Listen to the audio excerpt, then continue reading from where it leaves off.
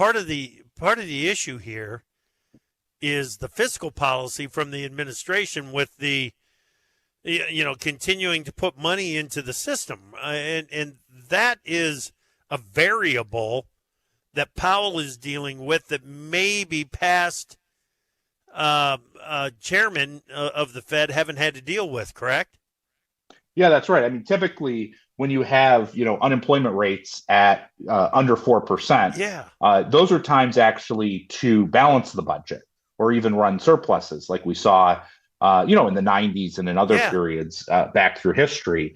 And what's going on right now is radically different from that. We're running 6 to 7% of GDP deficits. Those are the types of deficits that were run in the financial crisis, right? When conditions were very weak in the U.S. We're running those sorts of financial crisis deficits at a time when the economy is pretty good, and I think that that coming from Congress and the administration together are making a decision to run very stimulative policy, which is Yeah.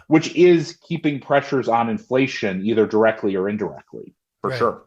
Right. Okay. The other economic data that we're getting, Bob, it suggests that this economy is really doing okay, isn't it?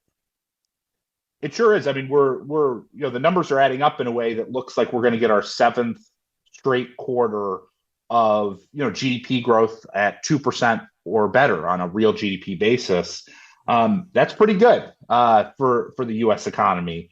And combined with the fact that we're seeing labor markets that remain pretty tight. I mean, Yeah. particularly if you're trying to hire in any sort of service industry, somewhere outside of the coasts, it's very hard to get high quality, good skilled labor pretty much anywhere at this point without paying up for it. And so, those two things, the growth dynamics and the tightness of the labor market, they both speak to the fact that, the economy is doing pretty well. And with this, with these sort of asset price increases that we're seeing, stocks are pushing new highs. Bond yields haven't risen all that much. They're down, 100 basis points from where they were last summer. The dynamics are in place to keep this economic momentum, Yeah. for the next 3 or 6 months at least.